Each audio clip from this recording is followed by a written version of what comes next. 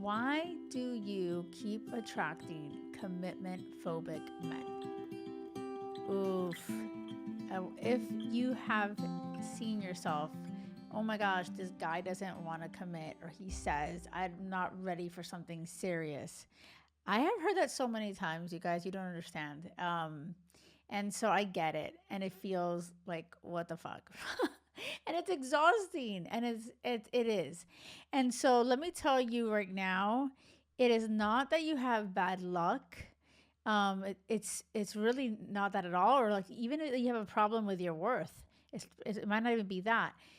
It is a real problem with you recognizing a pattern. And so you may very well be in a pattern and you're not aware of it. And you're just thinking, oh my God, no, men don't want a commitment anymore. Like they just want sex and nobody's looking for anything serious.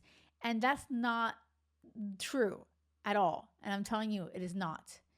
You may be attracting or choosing guys that are not into commitment, but are you open to seeing what you're doing to attract that or to put your energy into men like that?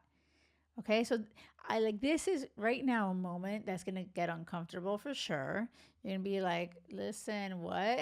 Like, because sometimes it's easier to point the finger and be like, it's them and they're all assholes. And they nobody, but it's not.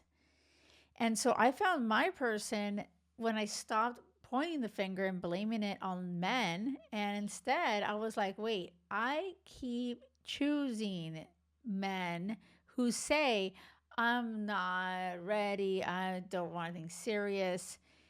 And I just sweep the red flags under the rug. Have you ever done that? And so this is so good if this is resonating with you and you feel called out because you can do something about it. And it is such a game changer to do that. Instead of saying, oh my God, all men are assholes, instead saying, oh my gosh, am I the asshole for missing the red flags or sweeping them under the rug or whatever, for whatever reason, you haven't been recognizing that you're in a pattern. And you have to consciously break that pattern.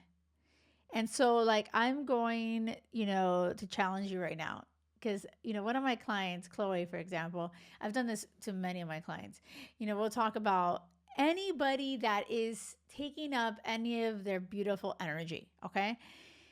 We talk about it on my sessions with them. And I'm like, okay, who is this fucker? Who's this guy? Is he good? Is he not? Like, is he aligned to what you want? And if we see that he's not, if he's that guy that's like, I don't want anything serious, I'm not ready, la di da, it's my time. And so what does that physically mean? Like literally, I tell him, let's pick up the phone. You're going to look at that number and you're going to bye. You can send one message to say farewell. Or if you just know that they won't respect that and they're going to keep blowing you up and reaching out, you can just block them. This is so one step that can truly change your life. Okay?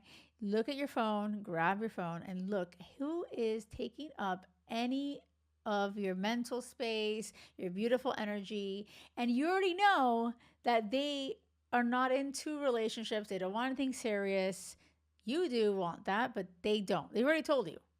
And don't tell me, oh, I'm being patient. No, you're wasting your freaking time. You really are. And so this is bye time. You need to block them or send them one farewell message. And why? Because God, universe, however you want to say it, wants to deliver, but they cannot deliver if there's some freaking guy in the way. Your energy can't be going to some guy that's like freaking bullshitter or the guy that just doesn't want what you want. Like it's not to say that he's even a bad person, but you're wasting your time and you're wasting your energy and you're giving out the wrong message to the universe. You're like, okay, this is good. This works for me. When it doesn't, when it really doesn't. Do not settle for that. And this is on you. Truly. So this is a moment that you can finally stop attracting commitment phobic men when your actions are now aligning with what you really want. You want that forever person.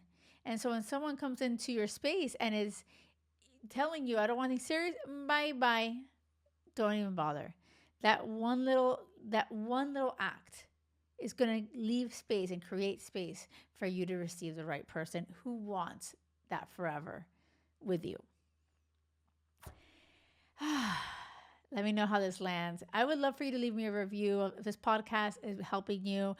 Crazy Love or Nothing podcast. I would love for you to leave a review. That would mean a lot to me. Thank you so much. And remember, it has to be crazy love or nothing.